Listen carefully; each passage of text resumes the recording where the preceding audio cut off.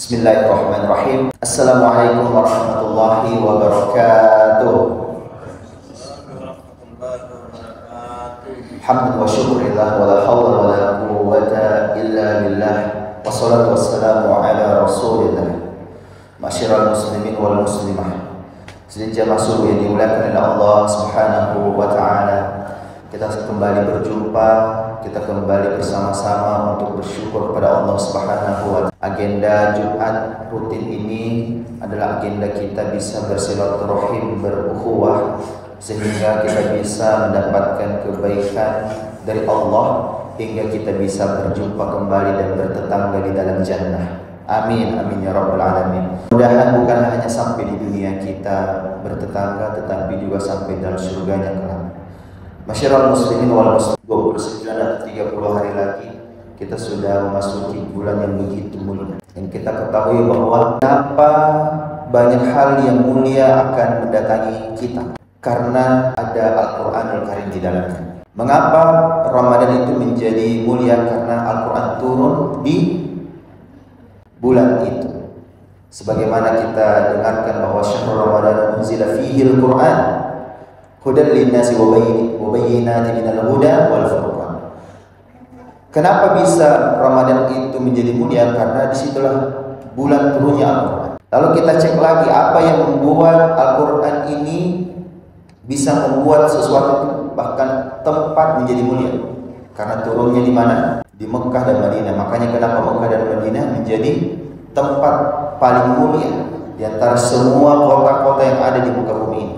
Manusia yang membawanya pun akhirnya menjadi sangat mulia karena Rasulullah SAW ini yang membawakan Al-Quran. Bahkan malaikat pun, dari banyaknya malaikat, kalau kita belajar di sekolah ya katanya cuma 10, padahal banyak sekali malaikat. Masyiral muslimin wal muslimah, malaikat Jibril ini menjadi sangat mulia karena dia membawa wahyu Al-Quran. Bahkan ketika kita menitipkan dan mendidik anak kita dengan Al-Quran, maka orang tuanya pun mendapatkan kemuliaan mahkota yang dimana insya Allah itu menjadi syafaat buat orang tuanya ketika sang anak ini kita didik dengan Al-Quran dan menjadi hafiz, menjadi seorang penghafal Quran. Itu akan memberikan mahkota paling pertama adalah orang tuanya. Subhanallah, apa yang tidak mulia dengan hadirnya Al-Quran. Jadi kalau hidup kita saat ini tersendat-sendat, hari ini kita punya masalah, hari ini kita punya karir yang tidak naik, bisnis yang lagi turun, maka kembalikan kepada Al-Quran. Jangan sampai Al-Quran ini hanya dibaca pada saat masuk betul bulan suci Ramadan. Al-Quran ini kita kenapa mesti mempersiapkan dan juga menjadikan teman seharian kita? Karena dia adalah hudan linnas, dia adalah petunjuk buat manusia. Kenapa hudan linnas? Karena memang saat itu manusia belum banyak yang beriman kepada Allah. Makanya kenapa untuk seluruh manusia. Nah, ketika kita sudah beriman, tentu ini menjadi penguat kita, menjadi pedoman kita dalam keseharian kita. Coba cek apa yang terjadi dengan mushaf kita di dalam rumah kita. Apakah mudah-mudahan tidak berdebu, kemudian tidak hanya dalam lemari, tetapi mari kita kembali buka. Bulan Ramadan nanti ini butuh persiapan. Kita targetkan bagaimana, karena dia adalah bulan diturunkannya Al-Quran. Jangan sampai kita tidak selesai dengan Al-Quran itu. Apalagi kita tahu kurang lebih 30 juz. Berarti target kita minimal one day one juz. Nah, bagaimana kita bisa memiliki kebiasaan one day one juz kalau bukan dipersiapkan sejak sebelum bulan suci Ramadan? Karena kenapa? Biasanya orang itu akan bertahan dan selesai itu karena kebiasaannya sebelumnya, bukan pada saat ya tiba masa tiba akal. Masyarakat muslimin. Makanya masih ada waktu untuk mempersiapkan diri, masih ada waktu untuk bisa dekat kembali kepada Al-Quran. Dimulai dari kapan? Dimulai dari hari ini. Apalagi ini adalah hari yang begitu mulia, hari Jumat. Mari kita untuk membuka Al-Quran kita. Kalau kita belum sanggup dengan one day one juz, ya kita target bagaimana caranya kita bisa membaca Al-Quran itu one day one halaman atau one day one lembar. Satu hari satu lembar. Kalau belum bisa satu hari satu halaman, belum bisa lagi ya udah. Namanya odoa. Apa itu odoa? One day, one ayat. Apalagi kalau kita tadabburi, apalagi kalau kita sampai membacanya betul-betul sesuai dengan tajwidnya, tartil. Subhanallah, apalagi di masjid kita ini sudah difasilitasi kepada jemaah setiap malam, apalagi Ustaz, malam Senin. Subhanallah. Ini penting sekali supaya gini masyarakat muslim. Ada banyak sekali fenomena kalau bacaan Quran kita ini yang kita bawa yang dari dulu sekali itu ajaran yang kita tahu dari mana sumbernya, dan kita mencoba untuk menghafal Quran. Saat hafal Quran 30 juz itu sangat fatal kalau tidak sesuai dengan tajwidnya, tidak sesuai dengan makhrajul hurufnya, tidak tartil, dan ini bahaya kalau dibawa. Kenapa? Karena huruf Quran itu kalau kapan salah dalam membacanya maka pasti salah arti. Beda huruf, beda arti. Makanya kenapa Masyiral Muslimin banyak sekali itu lembaga-lembaga tahfidz itu merombak dulu bacaannya, bukan hafalannya. Karena menghafal Quran itu adalah sebuah pekerjaan yang sangat mudah sebenarnya. Allah Subhanahu wa taala memang sudah jadikan Al-Qur'an ini gampang untuk dihafal. Ini poin pertama. Makanya kenapa Masyiral Muslimin bacaan kita perlu kita perbaiki. Supaya kenapa? Supaya ketika kita menghafal Quran itu betul-betul sesuai dengan tajwidnya.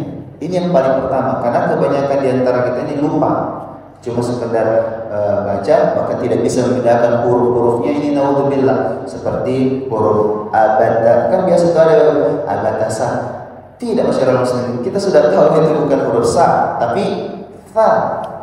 Ini saja pengucapan fa saja ini untuk keluar dari lidah kita ini harus dilatih, dan itulah kenapa pentingnya seorang guru. Pentingnya seorang guru. Masjid kita ini hadir ya, di dalamnya ada fasilitatornya, ada ustadz, ada guru yang insya Allah dengan senang hati membimbing kita. Maka siapapun di antara kita yang ingin memperbaiki bacaan Qur'annya jangan sungkan untuk datang di malam Senin. Masya Allah. Ini yang pertama.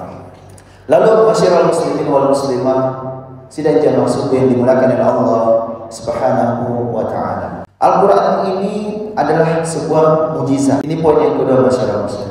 Kalau kita melihat nabi-nabi terdahulu, itu rata-rata memiliki mujizat. Kalau bahasanya itu setiap nabi kita lihat ya bagaimana mujizat yang dibawa. Nabi Musa dengan apa kira-kira mujizatnya?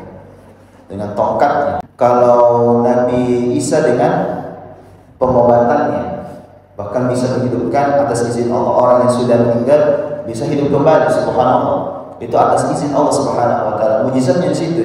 Dan memang menyesuaikan dengan kondisi kaumnya saat itu. Nabi Musa itu kita tahu bahwa banyaknya para penyihir saat itu, maka kenapa harus lebih visual yang dibawa oleh Nabi Musa? Bagaimana tongkatnya itu bisa jadi ular, tongkatnya itu atas izin Allah bisa membelah lautan, sehingga orang-orang saat itu, bahkan para penyihir saat itu langsung terpukau dan juga akhirnya malah beriman kepada Allah dan Nabi Musa. Nah saat itu secara visual mereka harus disentuh dengan apa? Penglihatan. Kalau Nabi Isa itu harus bisa bagaimana meyakinkan orang itu, banyak orang yang sembuh. Nah, Nabi yang mana lagi yang punya mujizat? Masih banyak sekali. Nah, tapi kita ketahui bahwa Nabi Muhammad SAW di Arab itu, masyarakat muslimin di Jazirah Arab itu dikenal memang ada satu karir di antara karir-karir yang lain, profesi yang seperti pedagang. Ada satu karir di sana itu penyair. Ternyata para penyair saat itu masyarakat muslimin sangat dihormati, sangat dihargai. Bahkan ada sebuah momen di mana penyair-penyair itu memang hanya sekedar dihadirkan lalu diberi syairnya. Jadi silakan bersyair, saya bayar. Subhanallah. Jadi ternyata sebelum Al-Quran itu sesuai dengan kondisi situasi bagaimana orang-orang Quraisy itu sangat-sangat menghormati orang-orang yang bisa melantunkan kata-kata hari ini. Nah biasanya kayak gitu, kata-kata dulu kan dah. Kata-kata hari ini itu ternyata masyarakat muslimin sampai sekarang. Makanya kenapa relevan sekali masyarakat muslimin Al-Quran ini menjadi mujizat yang dibawa oleh Rasulullah SAW. Lihat orang-orang yang dekat dengan Al-Quran, maka hidupnya pasti Allah muliakan. Apa Al-Quran ini ketika diturunkan, para penyair-penyair itu ketika dia sudah membuat syair, dia terheran-heran, tidak ada syair seperti ini. Tidak ada syair seperti ini. Jadi mereka akhirnya beriman kepada Rasulullah SAW karena dia meyakini bahwa bukan Nabi yang buat kata-kata. Subhanallah. Bahkan ada challenge, ada sebuah tantangan dalam Quran bagaimana seseorang itu yang bisa bikin syair satu surah saja ternyata tidak mampu untuk mencontoh bagaimana tata bahasa seperti Al-Quran. Makanya kenapa Rasulullah SAW menyampaikan fa inna asdaqal hadits kitabullah. Sebaik-baiknya perkataan, sebaik-baiknya kata-kata itu adalah Al-Qur'anul Karim. Jadi tidak ada yang bisa menyaingnya, bahkan membuat surah sejenisnya tidak ada yang mampu. Sampai sekarang, subhanallah. Itulah kenapa banyaknya para penyair, bahkan ada penyair yang sangat disayangi oleh Rasulullah namanya Hasan bin Thabit. Bahkan ada juga orang yang tidak mau sekali mendengarkan Nabi melantunkan Al-Quran. Karena apa? Khawatir nanti dia masuk Islam. Ujung-ujungnya apa? Ketika dia sumbat telinganya, Pak penyair ini namanya Tufail. Tufail ini tidak mau betul dengarkan Al-Quran. Khawatir nanti dia masuk Islam. Dia sangat tidak mau. Tapi apa yang terjadi masyarakat muslim? Sumbatan di telinganya itu terbuka sedikit dan Rasulullah sedang membaca Al-Quran. Apa yang terjadi? Tufail ini langsung bersyahadat. Betapa luar biasanya Al-Quran ini. Karena kalau penyair-penyair yang sering membuat rangkaian kalimat yang indah, kata-kata yang luar biasa, takjub, ya itu pasti dia akan terkesan. Makanya kalau kita belajar tentang bagaimana tata bahasa Arab yang luar biasa ini, orang-orang pasti tahu bahwa Al-Quran lah sebenarnya awal mula bahasa Arab itu. Jadi sebelumnya itu mereka tidak bisa menyaingi, tidak ada sama sekali tata bahasa yang seperti Al-Quran. Ini poin yang kedua masyarakat muslim. Lalu Al-Quran ini kita perlu jadikan sebagai teman keseharian kita. Kenapa masyarakat muslimin? Karena semakin kita dekat dengan Quran, semakin kita mendapatkan namanya petunjuk dari Allah Subhanahu wa taala. Jadi begini, kita sholat, itu kita ngobrol sama Allah. Itu hubungan di mana kita mengadu semua masalah kita. Kita yang ngobrol, kita yang bicara. Sedangkan ketika kita membaca Al-Quran, Allah yang ngobrol sama kita. Firman-Nya langsung kita lihat, kita baca. Makanya kenapa sholat dengan baca Quran itu menjadi satu paket. Menjadi apa? Satu paket. Tapi kalau mau menjemput keajaiban ditambah dengan satu, sedekah. Jadi dalam surah Fatir itu ayat 30, orang-orang yang tidak mau mendapatkan tijarah dan kebun, yang perniagaan atau perdagangan yang tidak akan pernah merugi, tiga hal ini: sholat, baca Quran, dan sedekah, infak. Jadi kalau kita ada masalah, kita mengadu kepada Allah dengan sholat. Disitulah kita keluarkan semua amal kita, semua kita sampaikan kepada Allah Subhanahu wa taala. Lalu satu paketkan dengan apa? Baca Al-Quran setelahnya atau sebelumnya. Ada strategi masyarakat muslim dan ini diajarkan oleh banyak ustaz.